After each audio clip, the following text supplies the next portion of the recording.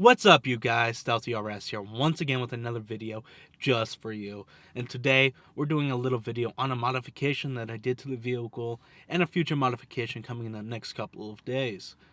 But before we get to that, I want to ask you to please take a moment to hit that subscribe button down below to help me on my way to 1,000 subscribers. Alright, you guys, so we ordered a couple of parts from Mountoon in hopes of fixing a couple of problems. I noticed that the RS was having a little bit of a rough idle, so I went ahead and ordered a one-step colder NGK spark plug set. Apparently it made night and day difference in that it did. Let me explain in a moment. The other thing that I ordered, which I have not installed yet, was the Mountoon aftermarket exhaust hanger set. My exhaust has been squeaking. I've been complaining about this for some time now, so I ordered this in hopes of it fixing the problem.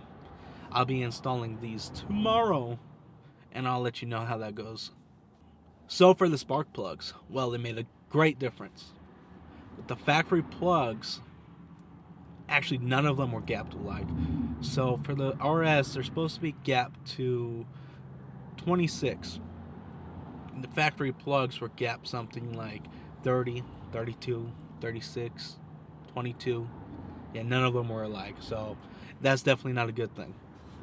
So the spark plugs are very easy to get access to on the RS. Obviously, you remove the engine cover, you move the cold air intake piping over, and then they're right there on top. Literally took less than 20 minutes to do all four of them, so fairly easy and pretty good performance gain from it. So the car actually runs a lot smoother now that the spark plugs have been changed. So definitely worth the purchase. I definitely recommend that if you own an RS or an ST, that you check your spark plugs. Make sure that the gaps are correct, because from factory it seems like Ford didn't gap them properly. I believe the ST is 2.4 and the RS is for sure 2.6. If you own an ST, double check it, but I do believe it is 2.4. So overall, the startup of the RS is much smoother, the idle is a lot smoother, and it just starts up easier. It's not quite as loud, but it sounds much better. And let's go for a little drive.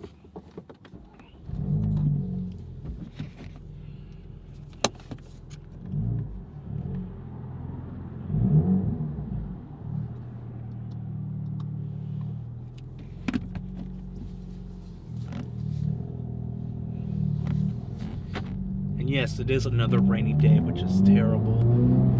Since I just washed my car yesterday, it's hard to keep this thing clean lately with all the pollen in the air in California and the wet weather that we've been having. Now, there was actually one thing that really concerned me when I changed the plugs. There was oil on the plugs in cylinder 1. All other 3 cylinders are dry, how they're supposed to be, so this really concerned me, obviously.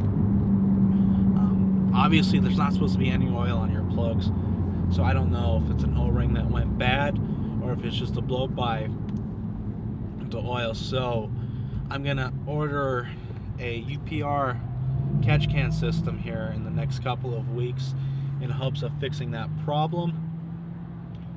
If that doesn't fix the problem, I guess back to the dealer the RS goes. Unfortunately, it could have been something that they didn't do properly during the head gasket recall.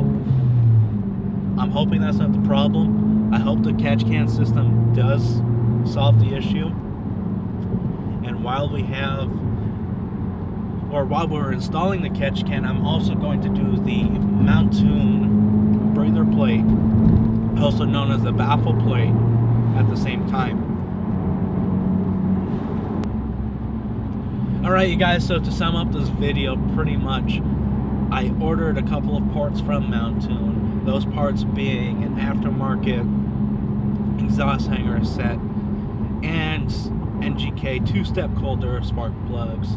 Spark plugs made a world of a difference compared to the stock ones. Definitely recommend them. You double check your gap in your RS or ST. They should be gapped to 2.6 if you're an RS owner and 2.4 if you're an ST owner. overall, the car just performs so much better with these plugs. Not that it's a performance gain, but overall, the car idles better and just feels better in general. Alright, you guys, there you have it. Another quick update on the 2017 Ford Focus RS. If you've enjoyed the video, please leave that thumbs up. If you have any comments or suggestions, please drop a comment down in the comment section below.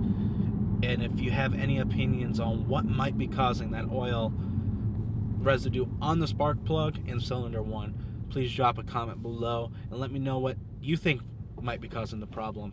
And of course, if you're new to the channel and you haven't subscribed already, please consider subscribing and helping me on my way to 1,000 subscribers. Until next time, I'm checking out.